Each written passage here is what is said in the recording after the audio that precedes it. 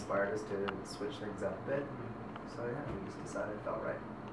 How did it feel to go to like that more big kind of artsy, almost tattoo-y kind of design with the album artwork? Yeah. Must be kind of cool to get a change of face again. Yeah, well, we use a pretty basic like image and logo or name, you know what I mean? So it's always, this has a lot of substance, and it was cool. Ken Taylor is he's a fantastic artist. We're really lucky that we got him to do it too, and he came back with just a perfect representation of what the album is kind of about. So. One thing, this might sound a little odd, one thing I've heard from a lot of, especially younger music listeners, is that they're getting their big start in different bands through music, through video games. And I remember myself playing whatever Burnout game it was. Red Flag on it. Do you think like things like video games are making a difference in how people listen to music? Yeah, I just think we were always kind of really reluctant about it back in the day. But just because we weren't familiar with it, it just sounded weird, like put your songs in video games. Like, what? But now video games have become such a huge, like amazing kind of medium for people, right? And as a band and as a society, you have to evolve and adapt with the times, you know. And if people are buying these games and playing them for countless hours a day, and your songs in high rotation every time they're playing their game, then why wouldn't you do it? You know what I mean? I think you also have to be wary of the type of games that you're associating yourself with. You know, you don't want to be on a game where they're like killing a hooker with the songs being played. But you know, like that, what's that, San Andreas, or like all those kind of games where it's like, I don't think that'd be very good time. But car racing games, that's fun. Turn it up loud and go fast, right? Things like that. We've been on like NHL and because we're huge hockey fans. So. But yeah, we think it's definitely a useful medium to perhaps get into the homes of people that might not necessarily have heard of you or know of you. And there you go. Like you remember playing Burnout Revenge from probably 10 years ago or something. Oh, I guess so, yeah. Or maybe more than that, you know what I mean? So that's, we're open to it if it works, it makes sense. And lyrically. Now, touching on the hockey thing again, you guys had a San Jose Sharks style jersey up there. Yeah. Does that throw little things in when you're a fan of a certain team, or is it like jerseys? The colors are just matched up with the album artwork. Yeah, that's what we did. So it's a dead silent kind of jersey. So so we were if you pre-ordered tickets, you could have the option to buy one of those jerseys.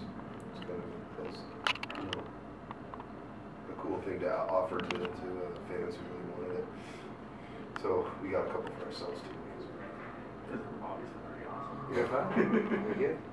Have you noticed a lot more, like especially with younger concert goers and people that you meet out? Do you find vinyl is becoming more of a resurging thing? I do. Yeah, I think so.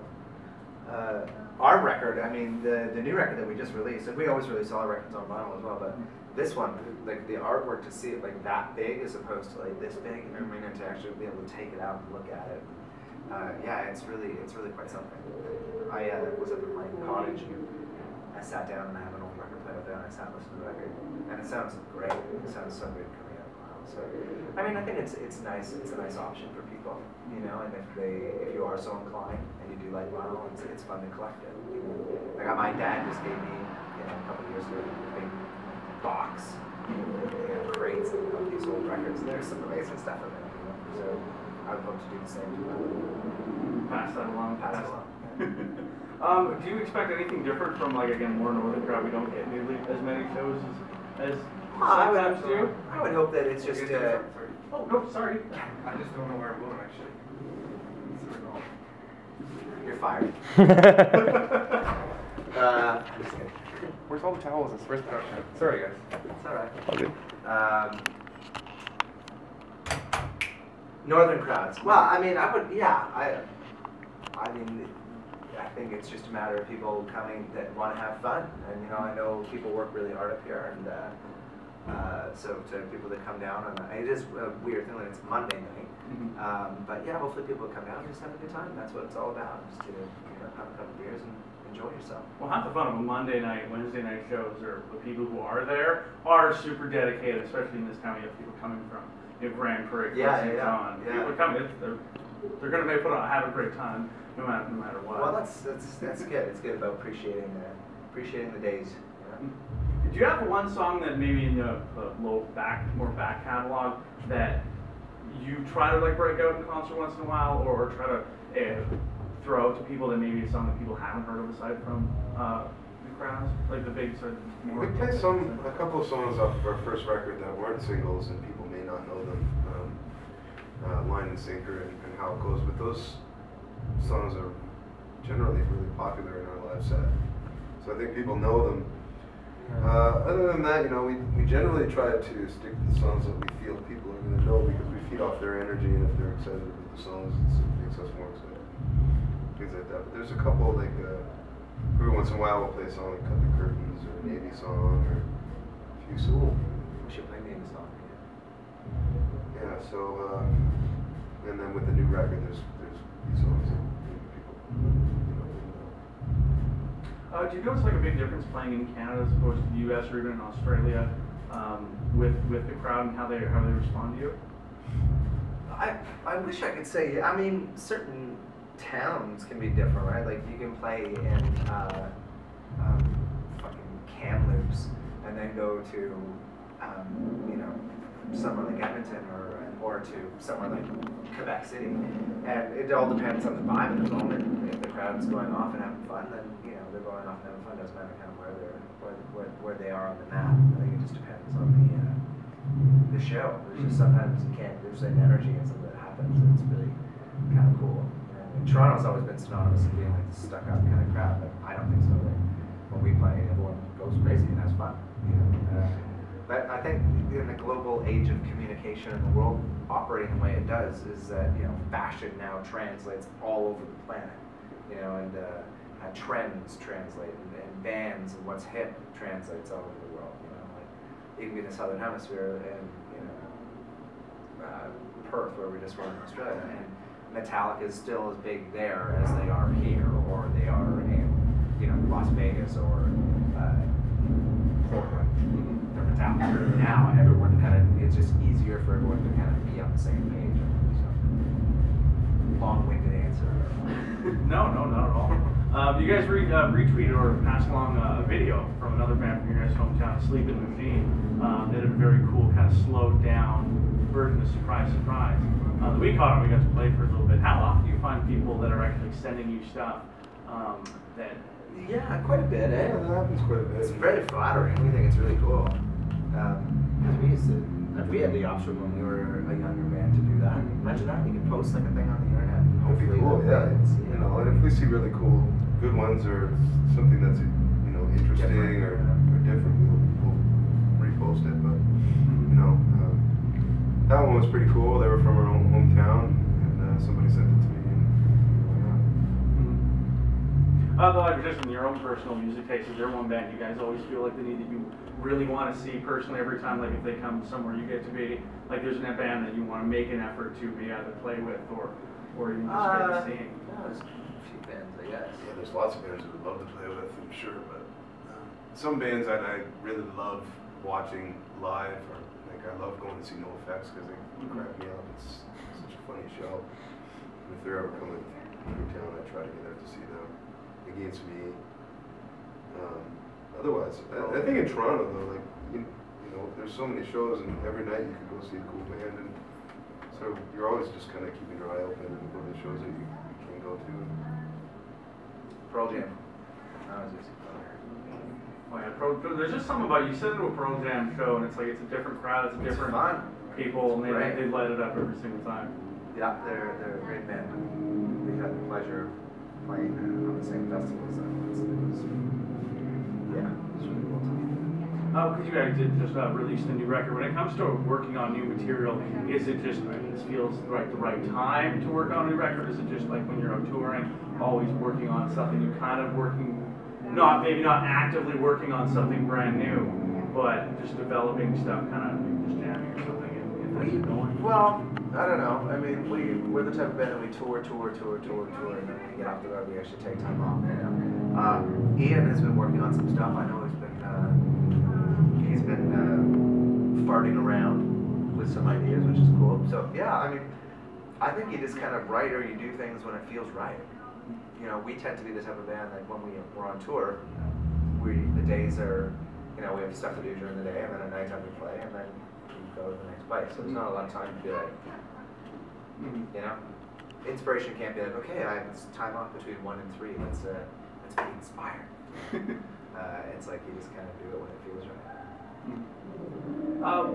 Do you guys try to make an effort, like as much of an effort as you can to bring up like maybe the small events like EnCana Crafts or Colorado? They're really starting to pick up some steam.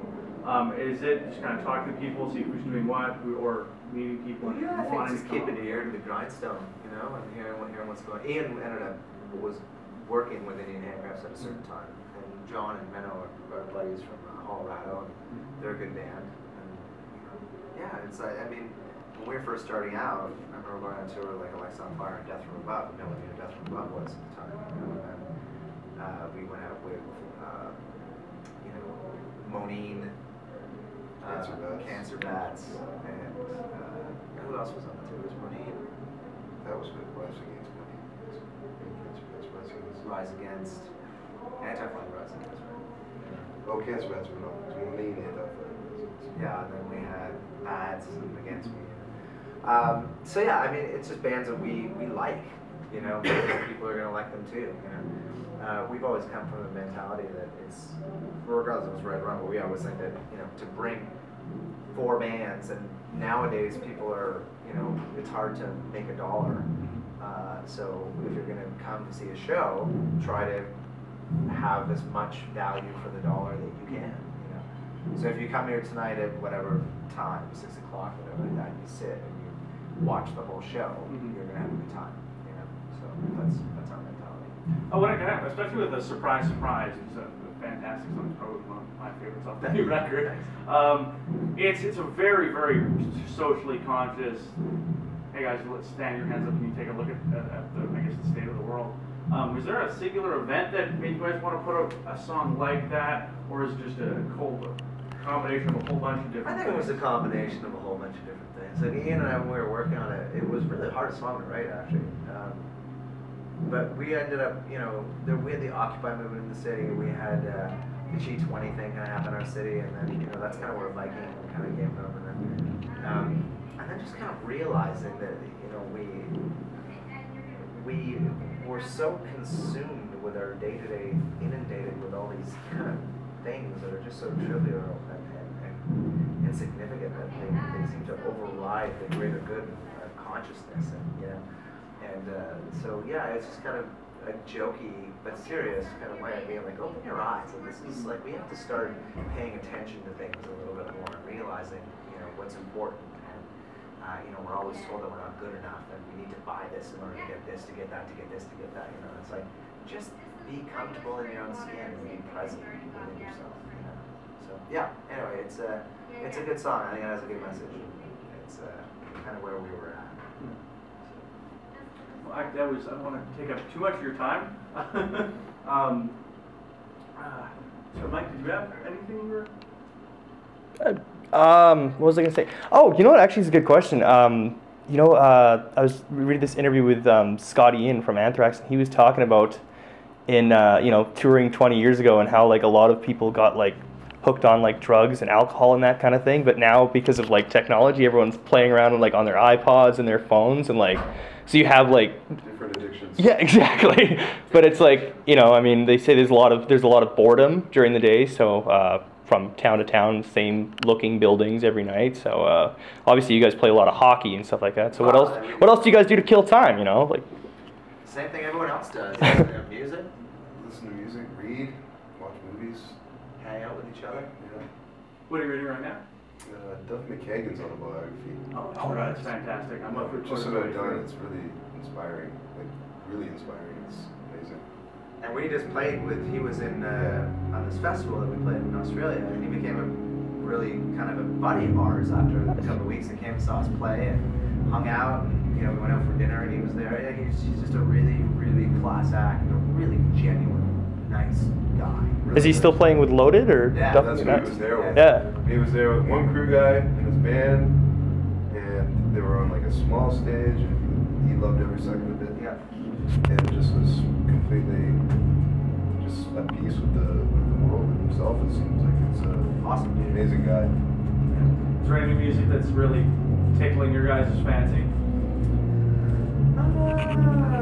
Canadian handcrafts in Colorado, their new records are really great. Yeah. Good answer. Good answer. I've been meaning to pick up this Zero from watching the Met Soundwave, and I keep on forgetting to grab it. And same with Red Fang. How about Mets, their new record? A band called Bison BC. They're like a Macedon kind of sounding band.